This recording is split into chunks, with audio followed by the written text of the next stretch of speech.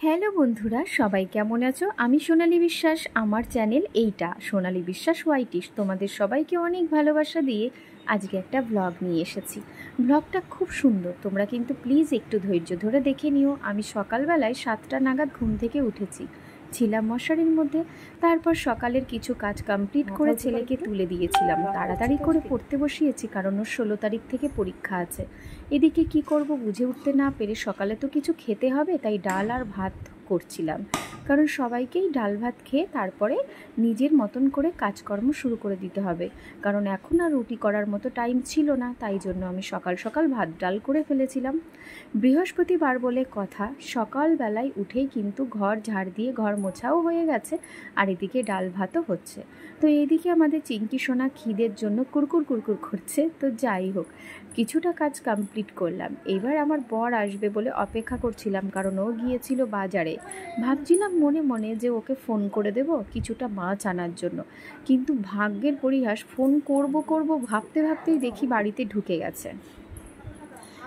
গেল। এবার ওর হাতে দেখি মাছ, সত্যি সত্যি মাছই নিয়ে এসছে, কারণ আমি কিন্তু জানতাম না ও মাছ নিয়ে আসবে। আমি ফোন করতে যাচ্ছিলাম, যেহেতু আমাদের কালকে ছিল একটা ইনভাইটে গিয়েছিলাম, মানে একটা নিমন্ত্রণ বাড়িতে।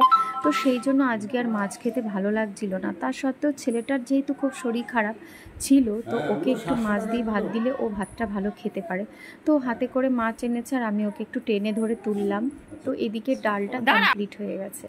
সকালবেলা ছিল আগের দিনের কিছুটা নরম ভাত, কারণ ওটা আমি মানে কালকে রাতে করেছিলাম। তো সকালবেলা ভেবেছি ডাল দিয়ে আমরা ওটা খেয়ে নেবো, আর গরম ভাত ছেলেকে দেবো। তো ছেলেকে হাত মুখ ধুইয়ে সকালবেলা কিছু খাবার খাইয়ে পড়তে বসিয়ে দিয়েছি। আর এদিকে ছেলে তো সকালে একদম ভাত খেতে চায় না, তবে মাছের গন্ধ পেয়ে যে থাকার সে ঠিক ম্যাও ম্যাও করা শুরু করে দিয়েছে। আর আমি না এই সাইজের রুই মাছ খেতে খুব পছন্দ করি। বড় মাছও খাই, তবে পেটির মাছটা বেশি ভালোবাসি। কিন্তু সেটা তো সবসময় ভালো নয়, উচিত নয় খাওয়া, কারণ ওটাতে অনেক পরিমাণে তেল থাকে। আর আমি সত্যি বলতে অয়েল খুব অ্যাভয়েড করি, কারণ অয়েলটা আমি একদম পছন্দও করি না বেশি খাওয়া। আর আমি সেরকম ধরনের কোনো রান্নাও করি না, খুব সিম্পল রান্না করি। এইবার আমি আমার চিংকিকে মাছটা দিয়ে ওকে একটুখানি খেলা করাচ্ছিলাম, লোভ দেখাচ্ছিলাম। তো যাই হোক, এই দুষ্টুমি করার পরে আমার রান্না বান্না হয়ে গেছিলো সকালে। তো সবাইকে নিয়ে একটু ডাল আর ভাত খেতে বসে পড়েছি। তারপরে খাওয়া কমপ্লিট হয়ে গেলে চলে এসেছি বাইরে বাথরুমের পাশে। তো ওখানে আমি মাছ কাটা শুরু করে দিয়েছিলাম, কারণ আমার বটিটা ভেঙে গেছে। বটি দিয়ে আমার একদম কিছু হচ্ছে না। তো কতদিন ধরে বরকে বলছি, ও তো সময়ও পাচ্ছে না যে নতুন একটা বটি কিনবে বা বটিটা ঠিক করে আনবে। কিছু করার নেই। তা আমি চামচ দিয়ে আঁশগুলো ছাড়াচ্ছিলাম, আর কাঁচি দিয়ে পাখনাগুলো কেটে নিয়েছিলাম। তারপর কোনো রকমে পিসগুলো করেছি ওই বটিটাই দিয়ে, কিছু করার নেই। আর এইদিকে 2-3টে বেড়াল পুরো ম্যাও ম্যাও করছিল ওরা খাবে বলে। কিন্তু কি বলো তো, বেড়াল নিয়ে মাছ কাটছিলাম ঠিকই, কিন্তু কখনো ও মাছের থালায় মুখ দিচ্ছিল না। আর যদিও দিচ্ছিল, তো আমি তাকে ওকে বারণ করছিলাম, ও বুঝতে পারছিল। এইভাবে মাছ কাটা চলতে চলতে ভাবছিলাম যে কি রান্না করা যায় মাছ দিয়ে। তো কি রান্না করব বুঝেই উঠতে পারছিলাম না, কারণ কি কিছুই মুখে ভালো লাগে না। সত্যি কথা বলতে গরমও তেমন পড়েছিল, আর আজকে কেমন যেন একটা ঠান্ডা ঠান্ডা মৌসুম আছে, বেশ ভালো লাগছে সকাল থেকে। আমার আবার 2 দিন ধরে হালকা জ্বরও আসছে, কারণ কি করে বুঝলাম, সারা দিনে জ্বরটা থাকে না, যখন কিছু রাত হয় 2:30-3টে নাগাদ, তখন আমার ভীষণ শীত করে। কয়েক সেকেন্ডের জন্য এত শীত করবে, মানে পুরোপুরি 1 মিনিট ধরো শীত করবে এমন। তো তারপর আমি কাঁথা গায়ে দিয়ে আবার ঠিক হয়ে যায়। তো আমার বর আর শাশুড়ি মা বলছিল যে ওইভাবে কি মাছ কাটা যায়, একটা নতুন বটি অবশ্যই কেনা দরকার। বলছে হ্যাঁ কিনে দেবো, কিন্তু আমি তো টাইমও পাচ্ছি না। তো আমার বর আবার বেড়ালগুলো মারামারি করছে কি করছে সেটা আবার উঁকি মেরে দেখতে গেছিলো। ও আবার এগুলো দেখতে পছন্দ করে। আমিও তারপরে মাছ কাটছিলাম আর দেখছিলাম। আর এদিকে আমার ছেলে ক্যামেরা ধরে বসেছিল। তো আমি ওকে বলছিলাম একটুখানি দূর থেকে তোল, কারণ কি তোলাটা ভালো করে না হলে তো ভালো ছবি আসছে না। আর এদিকে দেখো চালাকি করে ও ওই থালাটার কাছে যাচ্ছে, কারণ ওই মাছগুলো ওর দরকার। তো সকাল বাজে তখন, যখন আমি মাছ কাটছিলাম তখন 9টা ছাড়িয়ে গেছে, কারণ যখন খেতেই বসেছি সকালের তখনই ছিল সকাল 9টা। তারপরে সকাল 9টা চলে যাওয়ার পরে আমি কিন্তু তারপর মাছ কাটতে বসেছি। আজকে বৃহস্পতিবার, সকাল 7টার মধ্যে ভাবছিলাম পুজোটা করে নেব, কিন্তু কিছুই হলো না, কারণ ছেলের স্কুল নেই, আজকে বন্ধ আছে। তাই জন্য ভাবছিলাম যে একটার পর একটা ঠিক গুছিয়ে করব। তো আমি এখন ভয়েস রিকভার করছি এই ভিডিওটাতে। পুরো 11:30 ছাড়িয়ে গেল, এখন করছি। এদের ঝগড়াটা দেখো। তো এরা কিন্তু বেশ ভালো ঝগড়া করে। বেড়ালে যখন ঝগড়া করে, বেড়ালের ঝগড়াটা দেখতে কিন্তু খুবই অসাধারণ লাগে। আর ওরা পুরো মানুষের মতনই প্রায় চেষ্টা করে কথা বলার। এটা তো আমার বেড়াল, ওইগুলো কিচ্ছু খাবে না, ওর শুধু হিংসা বাইরের বেড়ালগুলো যাতে না আসে। আমার বেড়ালটাকে ধুয়ে মুছে যদি ভেজে মাছ রান্না করে দাও তবেই ও পেট ভরে ভাত খাবে, তা সত্ত্বেও কিছু খাবে না। 2-1টা ফুলকা খাচ্ছিল, কিন্তু তারপরে আর খাচ্ছিল না। যেহেতু জ্যান্ত মাছ তাই জন্য একটু মুখে তোলে, না হলে কাঁচা মাছ একদম খেতে চায় না। তো যাই হোক, আমার ছেলে তো বেড়ালে ঝগড়াই তুলতে ব্যস্ত। কিছু করার নেই, কারণ ওরা যেখানে মাছ থাকে সেখানেই সব কিছু থাকে।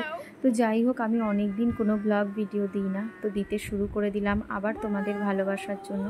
আমি অনেক কষ্ট করে ভিডিও করি, আমার ভিডিওর কোয়ালিটি না অতটা ভালো হয় না, কারণ কি আমার ছেলে আজকে স্কুল নেই বলে ভিডিওটা করে দিয়েছে, তুলে দিয়েছে, কিন্তু প্রতিদিন তো থাকে না, স্কুলেই থাকে। তো আমি নিজে নিজে যেমন পারি তেমনই ভিডিও শ্যুট করি। সেই আগের মতো সেই লেভেলটার হয়ে উঠছে না, কারণ বাচ্চা বড় হচ্ছে, মানুষের ব্যস্ততা বাড়ছে, কাজ বেড়ে যাচ্ছে, আর পড়াশোনায় যদি বাচ্চা কাচ্চারা খারাপ হয় সেটাও তো ভালো হয় না। তো সেদিকে ভীষণভাবে নজর দিতে হয়, কারণ আমার ছেলেটা অনেক পড়াশোনায় ভালো। তো সেই দিকে তাকিয়ে আমি কখনোই ওকে চাইবো না ও খারাপ হয়ে যাক, তাই জন্য আমার এখন বেশিরভাগ টাইমটা ওর পেছনেই দিতে হয়। দুটো মানে গৃহশিক্ষকের মতন আমাকে পড়াতে হয় সেই টাইমটা নিয়ে, কারণ যেহেতু ওকে আমি টিচার দিইনি, কারণ যেহেতু আমিই পড়াতে পারবো তাই জন্য ওকে আমি এখনও হোম টিচার দিইনি। তো আমিই পড়াই, তাই জন্য কিন্তু অনেকটা সময় আমাকে মানে তাড়াতাড়ি করে কাজকর্ম করে নিয়ে ওকে পড়াতে বসতে হয়। আর যদি ও একা একা পড়ে তাহলে কি পড়ে কি না পড়ে সেটা কিন্তু বোঝা যায় না। আর বাচ্চাদের কখনোই একা পড়তে দেওয়া উচিত নয়, মাঝে মাঝে একটু অভ্যাসের জন্য উচিত, কিন্তু ওরা কি পড়ছে কি বুঝতে পারছে সেটা কিন্তু আমরা জানতে পারি না। তাই জন্য আমার ছেলে যতই একা পড়ুক না কেন আমি কিন্তু সেগুলো আবার পরে পড়িয়ে দিই, কখনো সেগুলো হয়ে গেছে বলে যে আমি ছেড়ে দিই তা নয়। তো আমি হাতে একটা মাছ নিয়ে এদেরকে খেলা করাচ্ছিলাম, আর এদিকে আমার বর তো বকাঝকা করে যে তুমিও বেড়ালদের মতো শুরু করে দিয়েছো, তাড়াতাড়ি মাছটা কেটে রান্না বান্না শুরু করো, গরম পড়েছে। তো যাই হোক, এইদিকে বেড়ালটা বসে পড়লো, আর আমার মাছটা কাটা হয়নি, প্রায় শেষের দিকে। অনেকটাই কষ্ট হয়, কারণ কি আমার না এই মাছ কাটা এইভাবে অভ্যাস নেই। এমনিতেই বটি দিয়ে আমি অত মাছ ফাছ কাটিনি, কারণ সবার ছোট ছিলাম, আমার মা কখনোই আমাকে এইসব মাছ ফাছ কাটা বা সবজি কাটা বা রান্না করা এসব আমি ছোটোবেলা থেকেই কোনো দিনও করিনি বাপের বাড়িতে। তো এখানেও করতাম না, আমার শাশুড়ি মাই করে দিত, কিন্তু যেহেতু বটিটা ভালো নেই তাই জন্য মা মাছটা কাটতে পারবে না, কারণ ওনার শরীরও অতটা আগের মতো অত ভালো নেই, দিন যত যাচ্ছে তত তো মানুষের আয়ু কমছে, তাই না? তো সেই কারণে বটিটা ঠিক করানোর জন্য বললাম, এই আজ নয় কাল কাল করে করে তো বেশ কতদিন হয়ে গেল, হয় না মোটে। তো যাই হোক বন্ধুরা, মাছটা প্রায় কাটতে কাটতে তোমাদের সঙ্গে অনেক গল্প করে নিলাম, এবার কাটা প্রায় শেষের দিকে।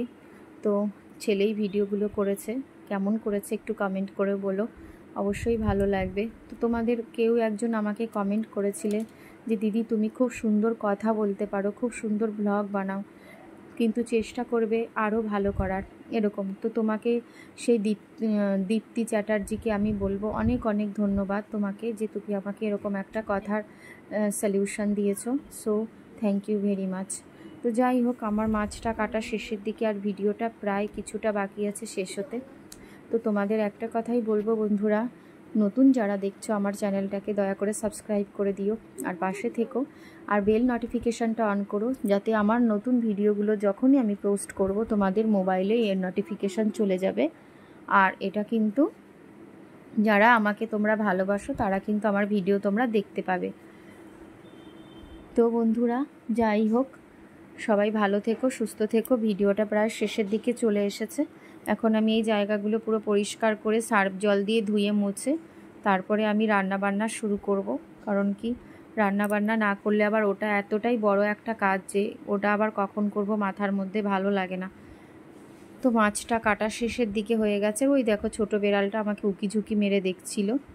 মাছ পুরো কাটা কমপ্লিট, আর আমি ওইদিকে পুরো সাবান দিয়ে ধুয়ে টুয়ে চলে এলাম রান্নাঘরে থেকে। এবার অনেকক্ষণ ধরেই রান্না চলেছে, তো ছেলে আবার জানলা দিয়ে ওদের ঝগড়াগুলো তুলছিল। আমি বলছিলাম এগুলো তুলিস না, দরকারই নেই, তো আবার এদিক থেকে তুলেছিল ঝগড়াগুলো, আওয়াজগুলো। তো যাই হোক, এবার আমি ওকে ডেকে নিলাম, বললাম যে দেখ এগুলো একটু তুলে দে। তো তারপরে নিচে ওই ভীম সাবান ছিল, মানে লিকুইড, ওটা আমি মানে গুলিয়ে নিয়ে আমি ওখানটা পরিষ্কার করব। আর দেখো মাছগুলো, কতগুলো মাছ কাটা হয়ে গেছে, এগুলো সব ফ্রিজে রেখে রেখে খেতে হবে, কারণ এই বাড়িতে, আমাদের বাড়িতে অত কেউ খায় না, আর আমি তো একদমই না। আমার চেহারা দেখেই তোমরা বুঝতে পারো যে আমি কতটা কম খাবার খাই। আমার একটু জ্যান্ত মাছ ফেভারেট, এটা সত্যি, কিন্তু খুব খাই না। 1 পিস ঠিক আছে বেস্ট, আর ভারী জোর 2 পিস, তাও পারি না, ভালো লাগে না। তো কোমর ব্যথা হয়ে গেছে, বরকে বলছিলাম আমার কোমর পুরো ব্যথা হয়ে গেছে। এদিকে সব পরিষ্কার করলাম, পরিষ্কার করার পর তারপরে কিন্তু রান্নাঘরে যাব। তো রান্নাঘরে গিয়ে কাঁচকলা রয়েছে 2টো, সেটা দিয়ে ছেলেকে একটা তরকারি করে দেব। আর মাছের ঝোলটা আমরা নিজেরাই মানে লঙ্কা টঙ্কা দিয়ে বড়দের জন্য রান্না করব। আর একটু মসুরের ডাল করব গাজর দিয়ে, আর একটু পটল ভাজবো। আজকের মেনু এটাই, আর এক্সট্রা কিছু করব না, কারণ আর ভালো লাগে না কিছু করতে, গরম পড়ে গেছে, ভালোই লাগছে না। তো রান্নাঘরে ছুটলাম, এখন সব হয়ে গেছে, বাইরেটা দরজা দিতে হবে, যেহেতু ঘর ফর মোছা হয়ে গেছে, চান করে পুজোটা দিতে সময় লাগবে না। তো ভাবলাম যে এই এই রান্না করার জন্য আবার নাইটি ফাইটি স্নান টান করে আসবো, কি দরকার, এই নাইটি এই ড্রেসেই রান্নাটা করে ফেলি। তো কড়াই বসিয়ে দিয়েছি, আবার একটুখানি ডালও বসিয়ে দিয়েছি, কারণ কি এই ডালটা হচ্ছে শেষে করেছিলাম, তার আগে অনেক রান্নাই হয়ে গেছে, বাসন মাজাও কমপ্লিট ছিল, আর কিছুটা বেশ ওই দেখো নিচে সব সাজানো রান্না হয়ে গেছিলো, আর এটা শেষের দিকে ডাল বসিয়েছিলাম। আর তারপরে একটুখানি এটা ওটা পড়ে গেছে, তাই মুছে নিলাম, কারণ কি রান্নাঘরে নোংরার মধ্যে রান্না করতে একদমই ভালো লাগে না। তো যতটুকু আমার পক্ষে সম্ভব আমি সেইভাবেই করি সমস্ত কাজকর্ম। তো রান্না শেষ হয়ে গেছে, ঘরবাড়ি মুছে, রান্নাঘর মুছে চলে এলাম। শাশুড়ি মা দেখছিলাম যে কচি আমগুলো কাটছিল বসে বসে, তো সেখান থেকে একটু চেয়ে নিয়ে আসলাম, কারণ এটা শিলপড়া আম ছিল, বেশ একটু হালকা মিষ্টি, আর সত্যি খেতে অসাধারণ ছিল। আমার কাছে ভীষণ ভালো লাগে শিলপড়া কাঁচা আম, একটু টকও ছিল। কেমন লাগলো আমার এক্সপ্রেশনটা বলো, কারণ টক আম খেতে যারা যারা পছন্দ করো তাদের কাছে বেশ ভালো লাগবে, আমি তো ভীষণ ভালো খাই। টক আম অতটা খাই না, মানে এটা একটু শিলপড়া মনে হয়, ওই জন্য একটু টক মিষ্টি হালকা। আর এরকম কাঁচা আম খাওয়া শরীরের জন্য ভীষণ ভালো। মানে এদিকে ছেলেকে স্নান করিয়ে দিয়েছি, বলেছি যে আমি স্নানে যাওয়ার আগে তোকে করিয়ে দিই, আর ওকে পড়তে বসিয়েছি। ও একটু মন খারাপ, কারণ ওকে খেলতেই দেওয়া হয় না, খেলতে দেওয়া হয় যথেষ্ট, যেহেতু পরীক্ষা, একটুখানি যদি মুখে মানে বইয়ে মুখ গুজে না বসে তাহলে কী করেই বা হবে, অনেক পড়া ওদের। তো যাই হোক, আমি এখন স্নানে যাব। বাই বন্ধুরা, কেমন আছো সবাই, সবাই জানিয়ে দিও, টাটা।